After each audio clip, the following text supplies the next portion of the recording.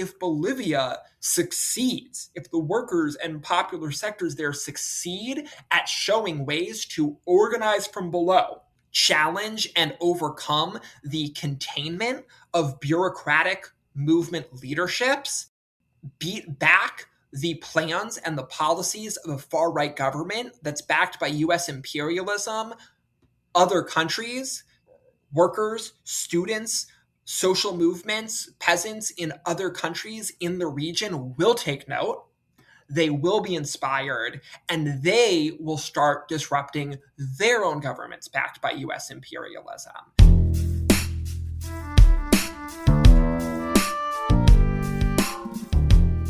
Welcome to All That's Left, a podcast from Left Voice.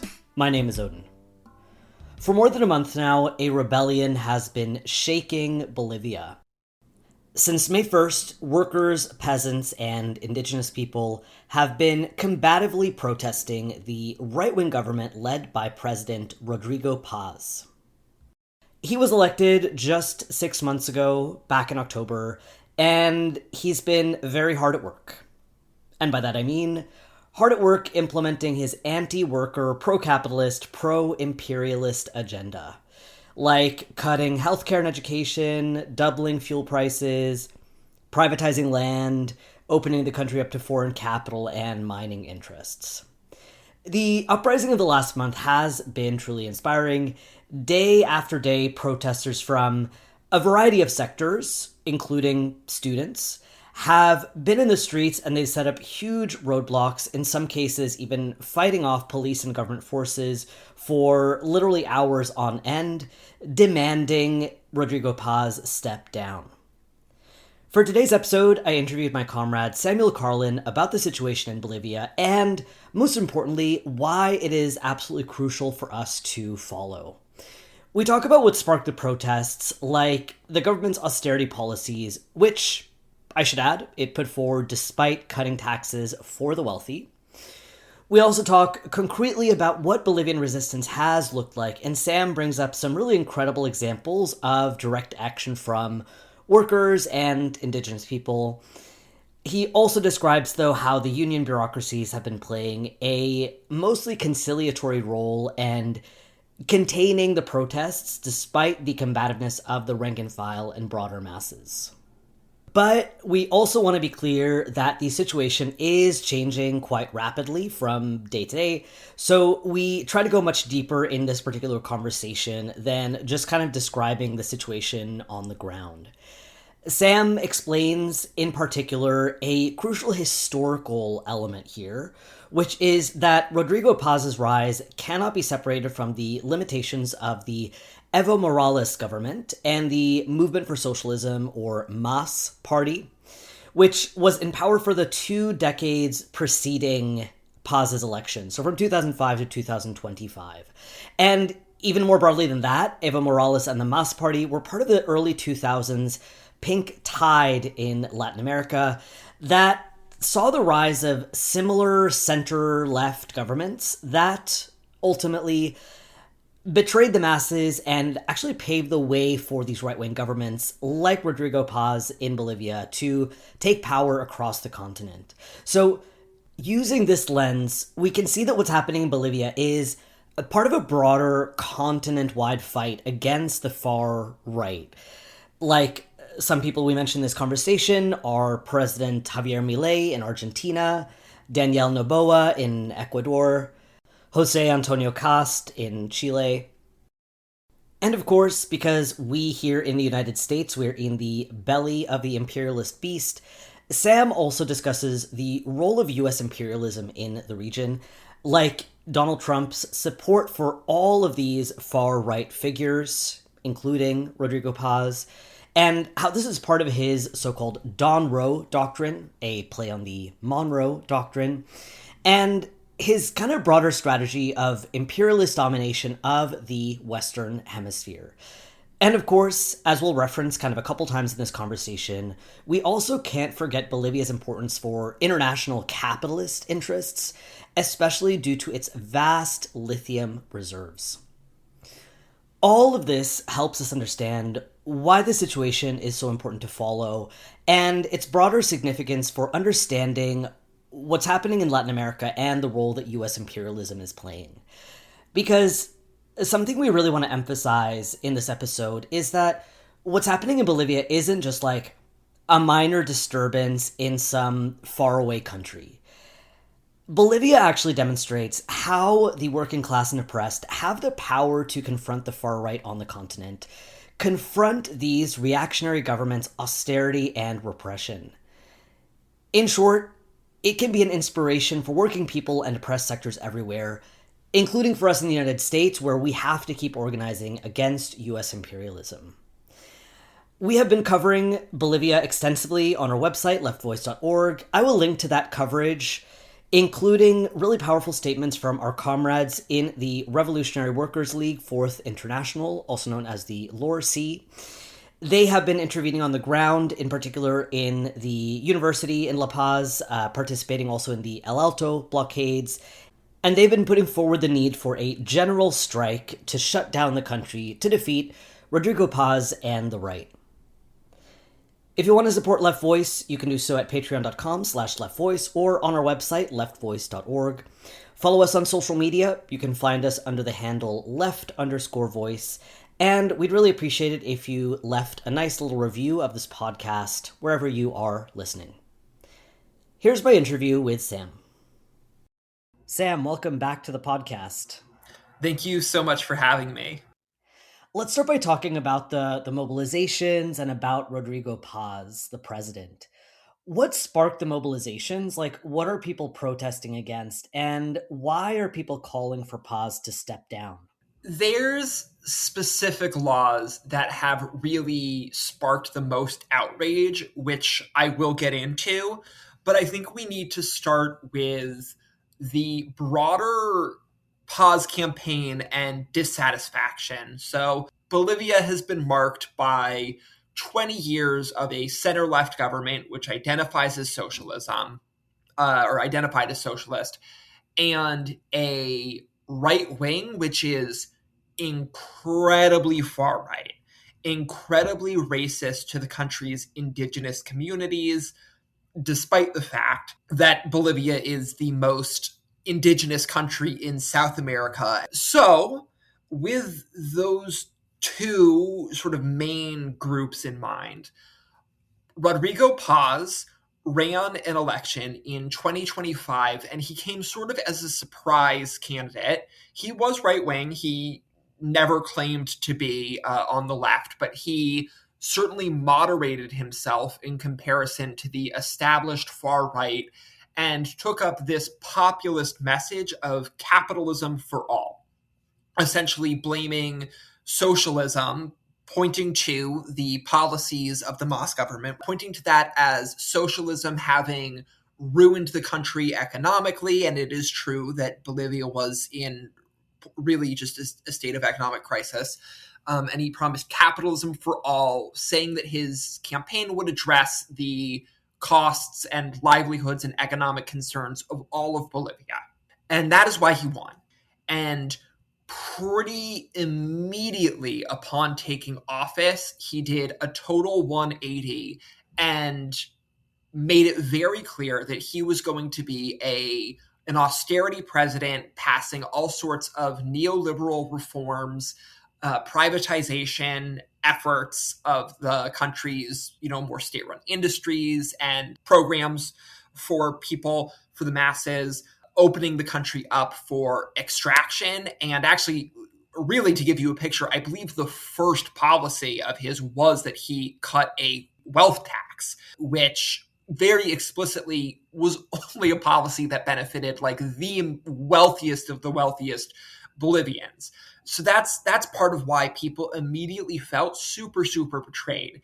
But the policies in particular that have incited such protest, the first one we have to talk about is Supreme Decree 5503.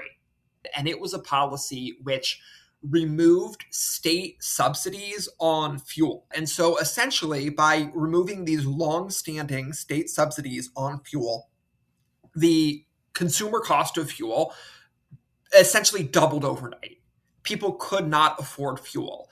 And we actually saw this first wave of outrage and blockades in December. The most influential labor organization in Bolivia is the COB. They have a lot of longstanding reputation as the labor organization, although there are many others. And as this outrage developed in December against Supreme Decree 5503, the leadership of the COB essentially said that they would negotiate. They would find a way to negotiate with the president to address this horrible policy that was directly affecting people. And this, in January, demobilized that first surge in outrage. But surprise, surprise, this government, which is attacking workers relentlessly, didn't actually negotiate at all with this leadership.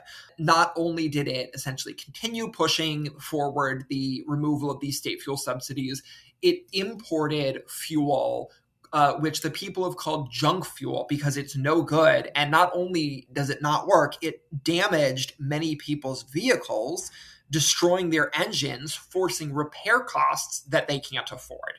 So essentially, that's part one of policies that have contributed so much to outrage and have actually forced the COB, which wants to sort of contain things and moderate and negotiate. They actually have had their hands a bit tied because of just how outraged people are over this policy. The second policy that has particularly escalated the situation is Decree 1720, which is a land privatization effort, which would essentially give over lots of land where indigenous communities are, lots of peasant lands, and basically make it easier for smaller private landholders to become large private landholders and for land to be used for extractive purposes. And again, Bolivia's indigenous community, despite being very, very large, has long been subjected to just intense racism. And that has led them to also have a tradition of fighting back very combatively. And so the second they saw this law added to the mix and threatening their land, they pretty immediately began protesting combatively. This comes in the form of several things. Blockades. There's a tradition in the country of peasants and indigenous sectors to blockade major roads. And so we quickly saw blockades in May, which is when things sort of started coming to a head, the very, very start of May. So around the same time that the blockades are coming up, you had an indigenous march where sectors of the indigenous movement engaged on a long march from Pando and Beni to La Paz. La Paz being the capital, Pando and Beni being some of the areas, the more indigenous areas, more rural areas. And this actually the march converged, reached La Paz on May 1st, when the COB was forced to call an assembly due to the outrage which they had attempted to contain in January, but were not able to, and was rising up. And so the indigenous people came to the march, and sort of everything simultaneously really was building, but we can sort of mark a new wave in the class struggle in Bolivia on May 1st. Importantly, at this assembly called by the COB, it was voted to hold an indefinite general strike. And this was something that the COB leadership was forced to call due to the desire of sectors of the Bolivian working class and other popular sectors to fight. And so technically, there has been all of May an indefinite general strike in Bolivia. In reality, there hasn't, because even though the COB did say they were going to do this, they haven't really enacted it. They haven't really made their workers, taken their workers out on strike, formed pickets, or anything like that. Yeah, I think that's super important. And I do really want to get into the role of various sectors, especially to give kind of spoilers. There have been kind of betrayals from the union bureaucracy, and the COB. But I want to take a little bit of a detour and come back in particular to the party that you mentioned at the very start of the conversation, because I think it's worth zooming out and looking kind of at the broader context, the political terrain in Bolivia that led to Paz's election and ultimately to these mobilizations. So, for people who don't know, a party known as MAS, or Movement for Socialism, was in power for about 20 years, 2005 to 2025 in Bolivia. And Evo Morales, I believe Bolivia's first indigenous president, was president of the country from 2006 to 2019. So I want to know a little bit more about this broader political context, or a little more specifically, for example, what happened to Mas? Why did their support collapse? What exactly was the sort of political terrain that led us to where we are today? The MAS was part of the pink tide. And for people who maybe aren't familiar with the pink tide, or who are familiar but aren't familiar with Left Voice's perspective on the pink tide, let's just broadly describe it as, of course, there's differences from country to country, but broadly, the pink tide was this phenomenon in that at the start of the 2000s, you saw a wave of governments, of left-wing governments in South American countries, typically defined by very far-right governments and dictatorships. These left-wing governments come about, and the popular narrative you hear is that they came about and represented this new way to fight for socialism, and they represented the movements and labor. Our take from Left Voice and from the La Izquierda Diario International News Network is different. Our take is that because of the long-standing crises and unresolved issues in Latin America and South America, you had popular waves of class struggle throughout the region. And what these center-left governments did is they managed to contain or sort of co-opt these very profound expressions of class struggle, which could have developed into much more revolutionary situations, but were channeled into electoral arenas. And once brought into electoral arenas, you saw these governments, rather than trying to overthrow through workers' power and class struggle, the bourgeois capitalist models of Latin America, they negotiated with different sectors of capital to give concessions to workers, to social movements. And it's important to note the reason they were able to give these concessions was because at the time, South America and Latin America was seeing an economic boom due to China opening up and the need for commodities and exports of raw materials that was benefiting South American economies. And what this did was it basically put these center-left governments in a position where they could kind of sort of please everyone. They could please the social movements and class struggle that had come about due to outrage over economic instability and a lack of basic rights, without going too far in pushing against sectors of capital and their fundamental interests. Mas was part of this. Specifically, in the early 2000s, you had these important struggles called the water wars and the gas wars that really marked a huge upsurge in class struggle in Bolivia, as well as, again, the long standing, and this was deeply entrenched, the racism against indigenous people. And Evo Morales came to power in 2006, actually off of these movements that had formed.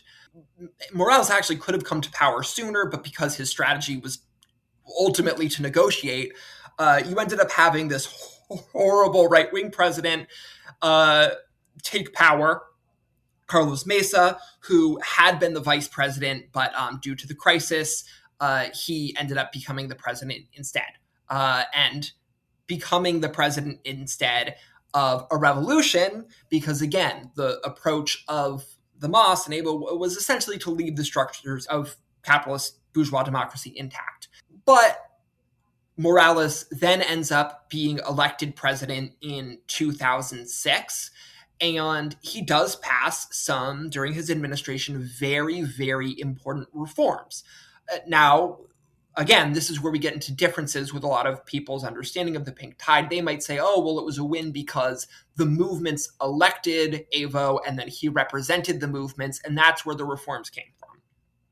More accurate read would be that Evo had no choice but to deliver on some of the aspirations of the very class struggle that made him relevant in the first place.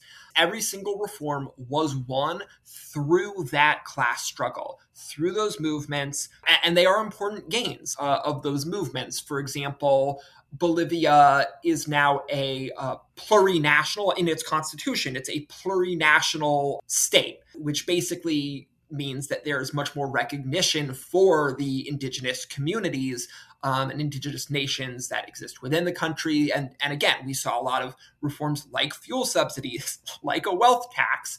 So that marked the early stage of the MAS.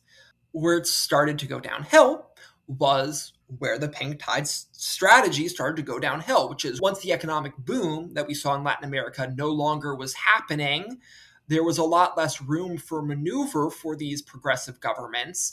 And because their strategy was ultimately to maintain an alliance with capital, they cracked down on protests, on strikes, or simply delivered less, but also cracked down. And actually, it is worth noting that even during the process of creating this constitution, the MAS actually conceded nearly 100 articles, removing them in order to compromise with the right. Even passing their own fuel price hikes, certainly not to inciting as much as what's going on now, but passing their own essentially concessions and austerity. So essentially stuff that an actual socialist government doesn't do. So this sort of starts creating limits on the faith in the MAS and their strategy and the way forward.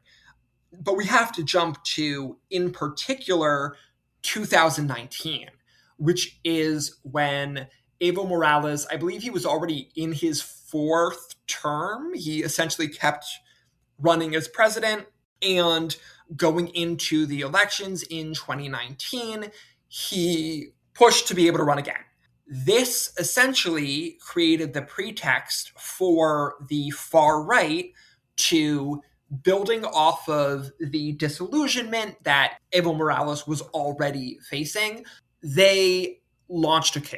And the military essentially took control of the country. It is worth noting that at this time, in response to this military coup, there were sectors of Bolivian society, many sectors of Bolivian society, well, important sectors, I don't know if many, important sectors that were saying, we will literally arm ourselves and do a civil war if that means preventing the military from taking over. And Evo Morales had the authority and the weight to lead that struggle. And what did he do? He dipped to Mexico because he didn't want a revolution. What happens is the far right ends up creating a military dictatorship regime, a military coup headed by this awful garbage woman, Janina Inez, who serves as the head of this coup regime.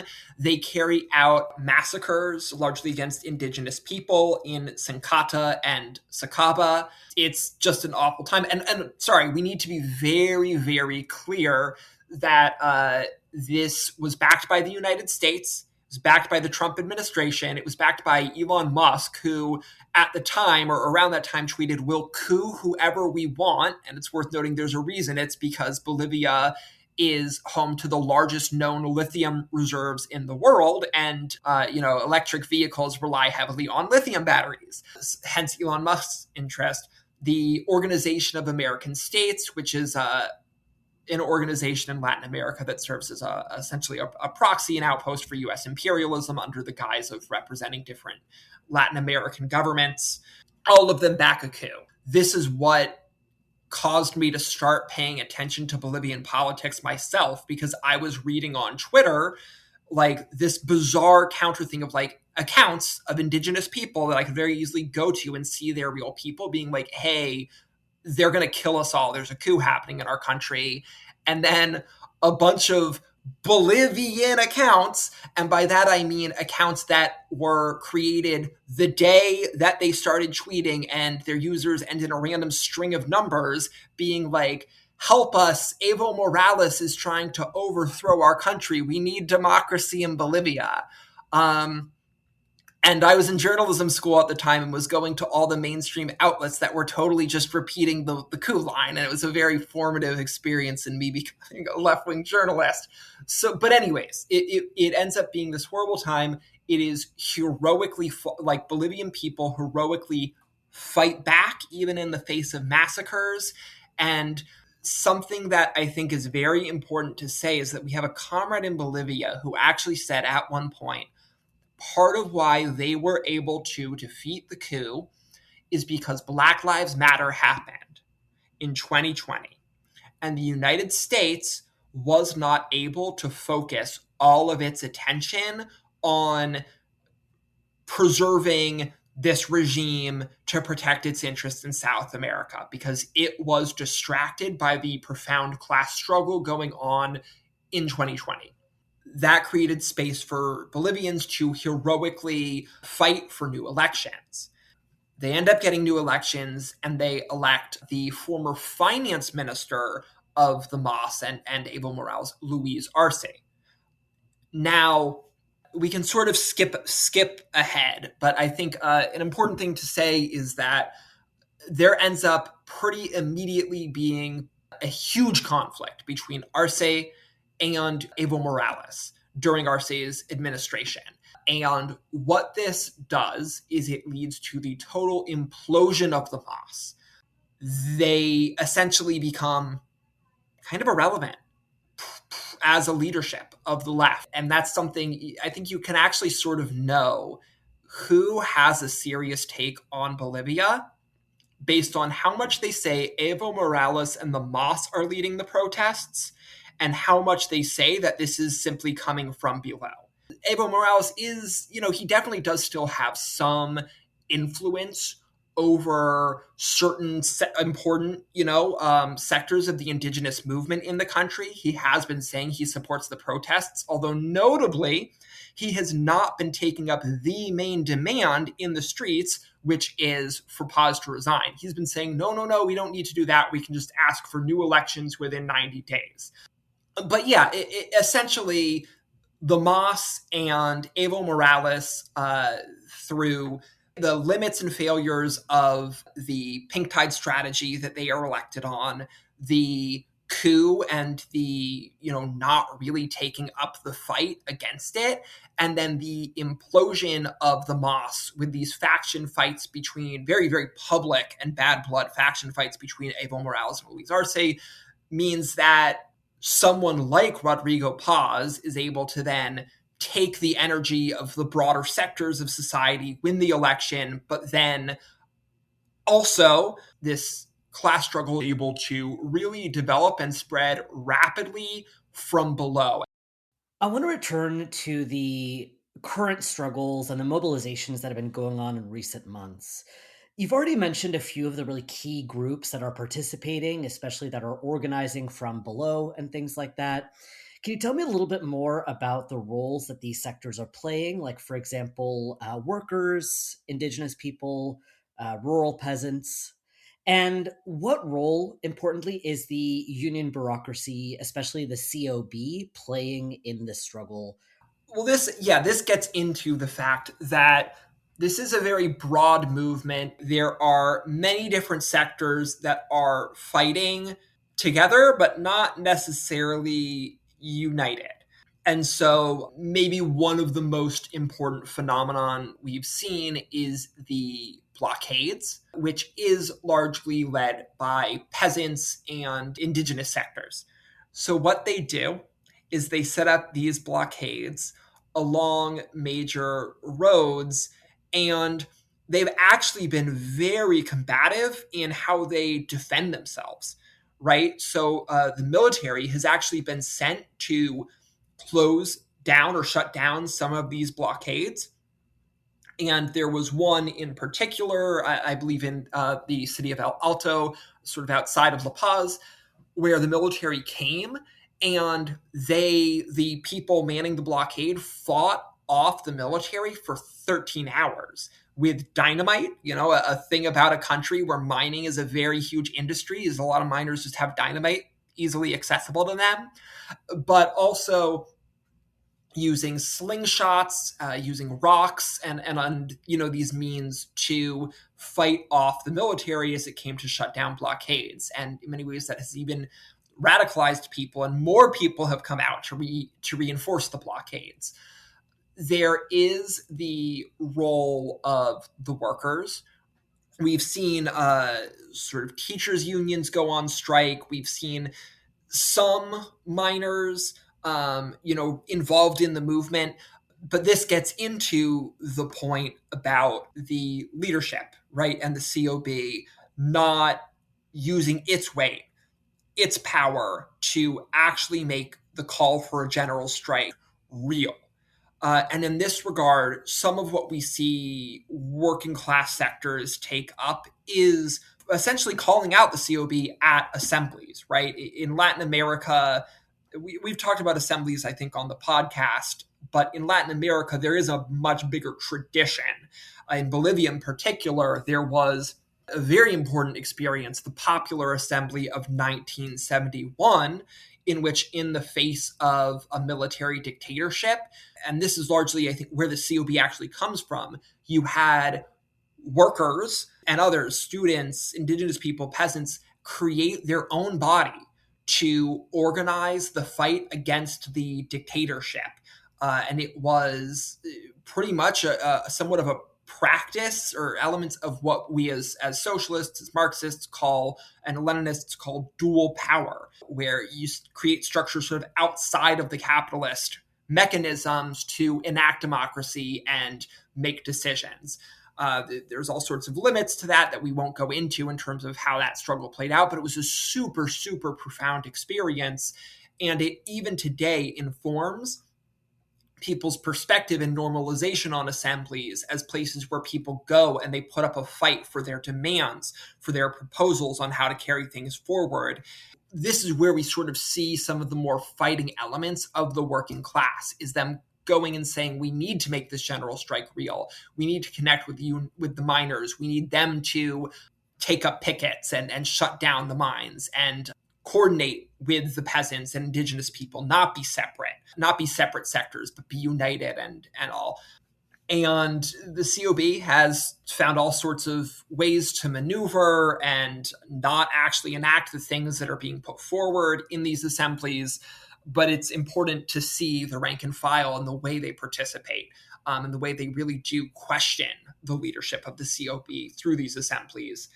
And a really powerful example of sort of self-organization we see is this blockade committee in District 8 of El Alto. It's a committee that actually formed from the grassroots democratically, of people taking up this blockade and deciding on their own leadership, and through that participating in the larger assemblies as this self-organized and democratic new blockade committee.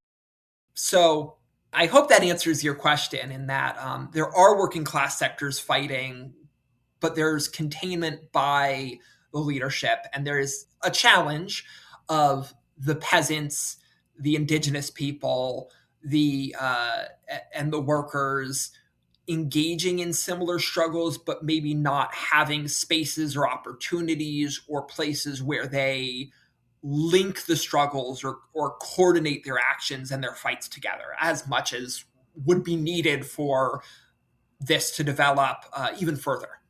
As kind of a follow up to that, I'm curious as to how the Paz government has responded to this. I mean, it's a very open situation, so we can't say, of course, definitively, like, what will be decisive to shift the balance of forces, or we can't say decisively, well, the masses are going to become demobilized and Paz is going to come out kind of victorious in the end. But what exactly has been the response of the Paz administration and the government? So I think that Paz's maybe not restrained in what he can do, and certainly he's not restrained in what he has done. But Paz is in a crisis because he, yeah, has lost support from the wider sectors that voted for him. And again, he certainly appealed to sectors of the traditional far right through doing such a quick pivot to the right once being elected, but he wasn't embraced by them during the campaign because he sort of represented a different approach. And so in that regard, he's constrained by the fact that he doesn't have that much consistent or solid support from anyone really. So he has carried out repressive actions against marches, particularly when there's been marches and popular mobilizations in La Paz. We have seen really brutal police attacks and military, all sorts of things that you sort of see kind of normally when class struggle breaks out in Latin America. So rubber bullets, tear gas, and just a lot of brutality. There have already been, last I checked, 8 deaths on account of response to the protests. The government has been confirmed to have killed activists, including Indigenous people. There's also just been many, many arrests, a lot of violence. But he's sort of waffled back and forth between saying, hey, I want to negotiate, let's make a compromise, and threatening the protests. And I think this speaks to the place he's in, where he knows he there's no easy option for him.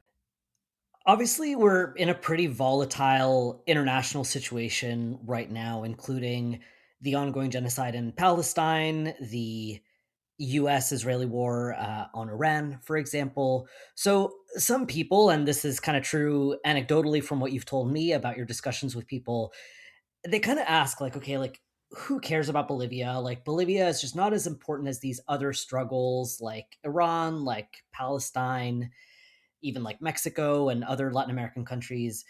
But we would argue that Bolivia is actually very important. You hinted at one aspect of this already. Bolivia's hugely important lithium reserves. So listeners might have heard of a critical region known as the lithium triangle, which encompasses parts of Argentina, Bolivia, and Chile. But what would you say in response to this? Like, why exactly is the struggle in Bolivia important to follow?